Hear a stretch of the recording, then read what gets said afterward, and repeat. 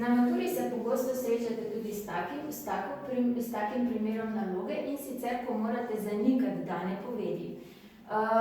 V prvem primeru imamo: vsi so želeli brati slavno enciklopedijo, no in vaša pogosta napaka je, da to poved zanikate takole: noben ni želel prebrati slavno enciklopedijo.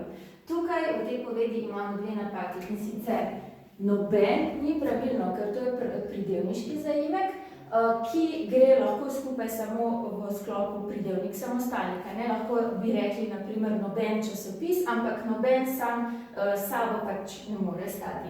Tako da bi tale noben nadomestili z nobeden. Nobeden ali tudi nihče. Nobeden nihče ni želel prebrati, in kaj še tukaj narobe? Ker smo to poved zanikali, mora biti tukaj rodilnik, slavne enciklopedije. Naslednji primer: v italijanske šole moramo uvesti pouk slovenskega jezika, in vi napišete, na primer, v italijanske šole ne smemo uvesti pouk slovenskega jezika.